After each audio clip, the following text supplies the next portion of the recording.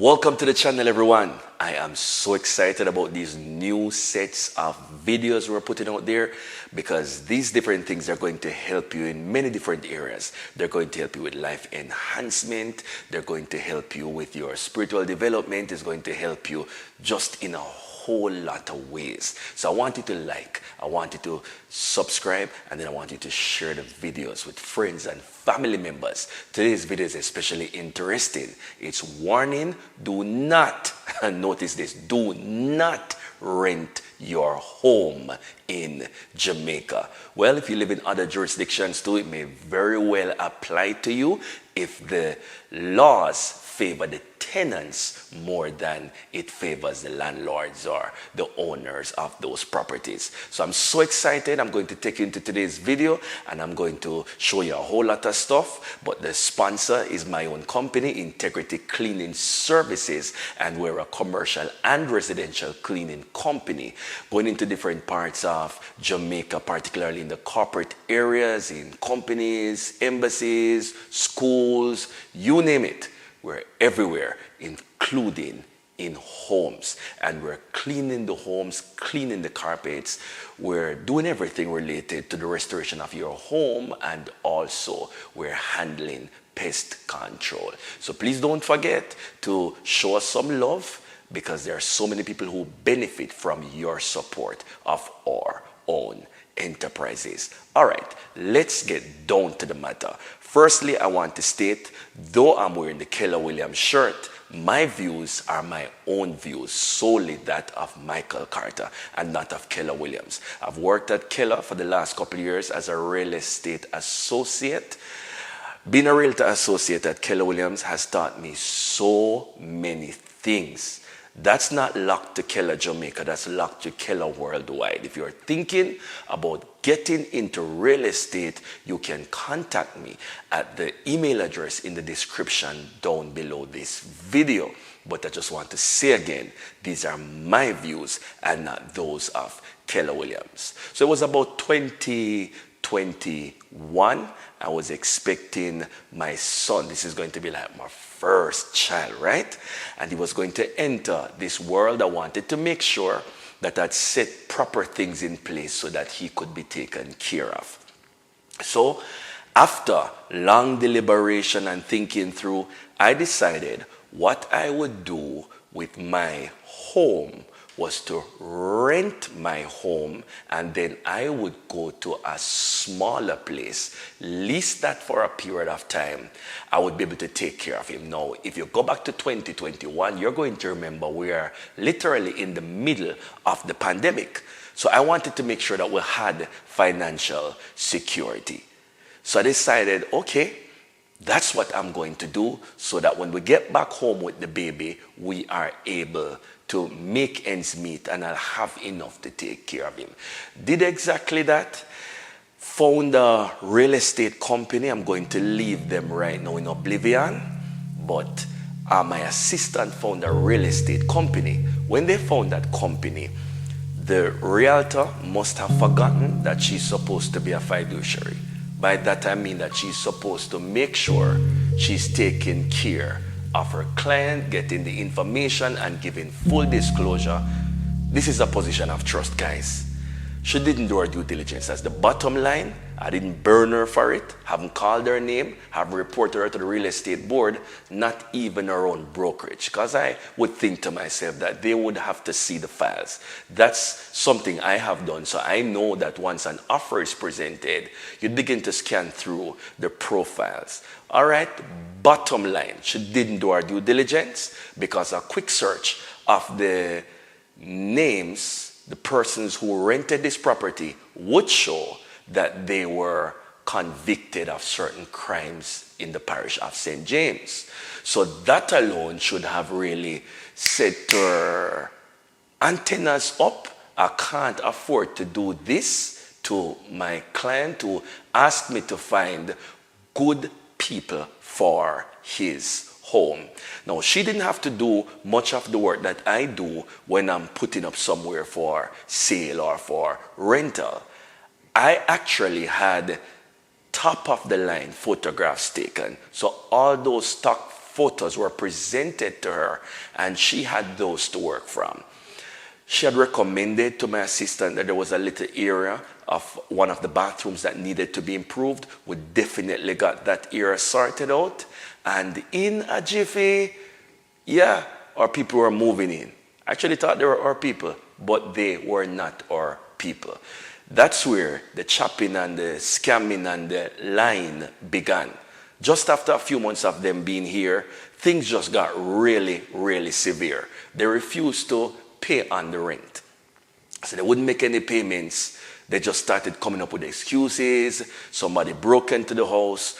Now, how would somebody break into the house when I actually have the place grilled? That just didn't make any sense to me. Beforehand, this was like a heavily secured place with a security company system installed here, where the thing would go off. There were so many deterrents that the store didn't add up to me. So I opted to call police. And the person was like, no, don't get any police involved.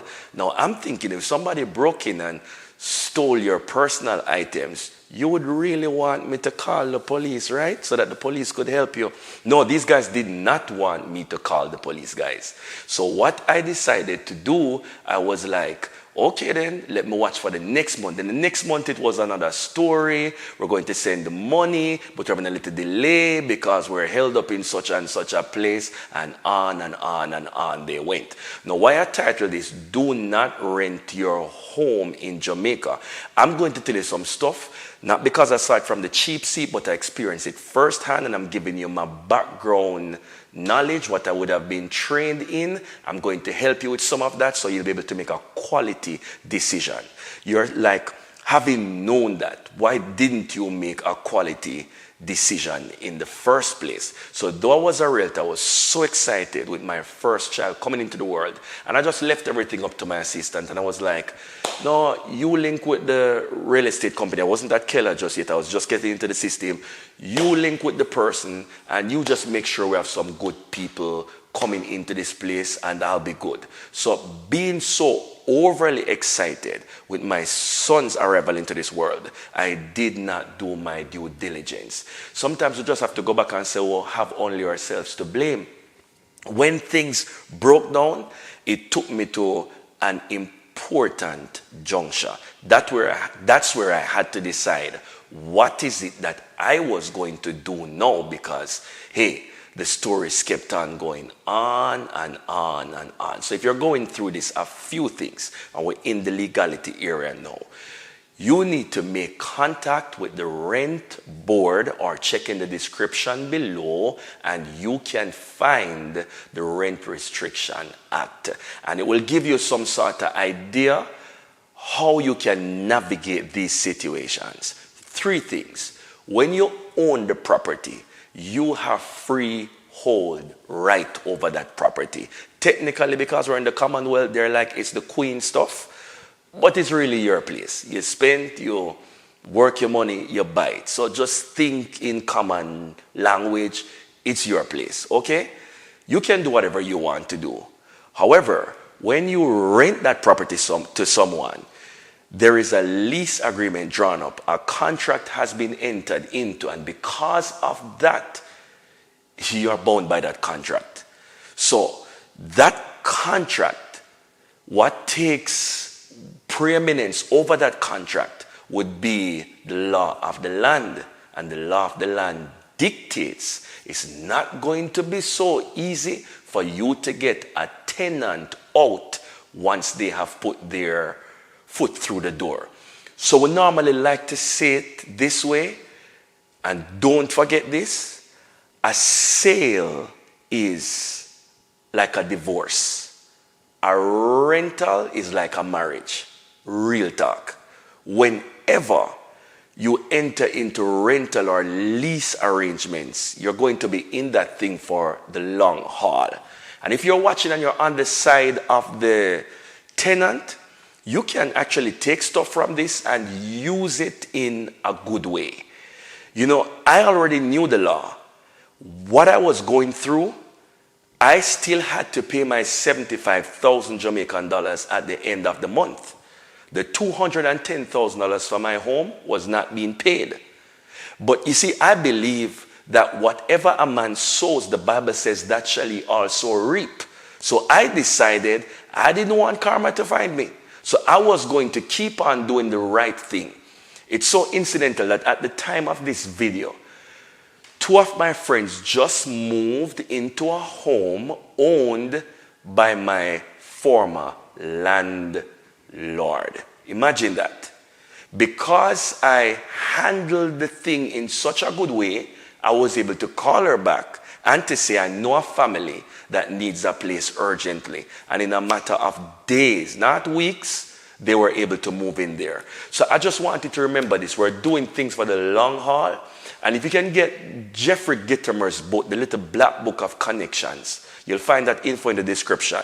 That book would help you to manage your relationships in life, because you can't tell when you will need someone again. Now back to the legalities. I called the rent board because I just needed someone who could empathize with me, like understand what I'm going through. And since they would have had those complaints coming in on a daily basis, I just wanted to reach out to them. They were so very helpful. That's the Rent Board of Jamaica, and that's the agency responsible for, what would you say, not adjudicating. I think they do some level of adjudication because they are a government agency entrusted with power, but they are like the go-between. So you maybe call them an arbitrators. You maybe call them arbitrators then, pardon me. So they were so very good. The Rent Board of Jamaica, they really, really showed up for me, and they told me, hey, people go through this, you'll be all right, but you have to go through the system of the courts. Now, that part was not very good. And I know we have our different views about the justice system in Jamaica, but I can tell you from personal experience, there have been some bitter times in my mouth. Actually, I've not had any good time. I'm waiting for one to come. But the bottom line of it is that when we got into the court system, how it happened was that I had to go to the court office and I had to file a report. When I did that, I got a date to show up in court. When I showed up in court, the other party did not show up. They sent excuses to the court. The court officers were so very good. However, when we got before the judge said she was a little bit flustered. I guess people are human, but I just felt like that was a little bit insensitive, that she didn't have any more strength to go into these matters, and that we should come back at a certain date. So it was at that point that I expressed to her that I was trying to travel as much as I could to keep things afloat financially. And also I was trying to get myself into university, and I had my family to take care of. It was COVID, and I had all these bills banked up. That didn't do anything at all. We got the next court date. I could not appear. If you can't appear, you can get a lawyer who can appear on your behalf. We did that. The lawyer went, tried making representation. Again, that did not work. If even it had worked, the tenant would have gotten some time, maybe a month or two, and then they would go to default judgment where a bailiff can come and the bailiff can get them out of the house. Listen, I tried just about everything I could, but just remember this. There is your freehold entitlement on that land. There's the lease that somebody has when they rent the place. The first one, you own the place. The second one, they're renting the place. And when somebody comes through your door for a party, or you allow them to stay over for a few days, that's called a license. Normally they don't have like a paper that they received from you so that they can show, but you gave them verbal permission, or you acquiesced it to them entering through your doors. Fine. You see that license thing? That's what would obtain the situation with an Airbnb, because you don't have a lease agreement. But with a lease agreement, you can't just take somebody and just throw them out. And I guess if we try to, what Jamaicans would say, split justice, you would have to be fair, because when you look at the whole matter, if you're a tenant, you wouldn't want to just be thrown out there like in a matter of days, not knowing where you would go or your family members would go, especially if you're paying the rent and you have not done anything. But guys, that wasn't the situation in my case. The situation in my case was that the police and the Jamaica Defense Force, they were investigating my tenants for scamming. When I got that call, may I tell you, that one was a strong one for me, because my home, when I got it, the 15th of August 2010, it meant so much to me. I dedicated this home to the Lord. So I wanted this to be a place where I could help out people. I've had so many people over many years that I was able to help them out because the place just comfortable, and I could have afforded to do that at the time. So now to see the place in disarray and doors kicked off, some of these pictures that you're seeing, listen, they don't even do justice. I'm going to tell you what solved the thing. The court failed me. The rent board, even if they could, I don't believe they would have been able to intervene in this situation. The people are constantly like dodging us. I'm going to tell you what works. Prayer, guys. Whatever happens in your life, do not neglect to get on your knees and pray. Now, I know some of you don't believe in God and you're like, that's churchy stuff. I just want to say this as I'm closing this video. Whatever is happening in your life, turn to God, turn to His Word. One of the scriptures that lifted up my heart was the scripture that said, vengeance is mine, I will repay, saith the Lord. And that's when I understood. Even though they had accrued rent of over $1 million, trending to $2 million, even though the house was like in total disarray, I had to bring in some persons from my cleaning company. Some of them just volunteered and came in because their heart was so touched because of what happened. And we just like wash the wall. We had to use some super disinfectant, guys.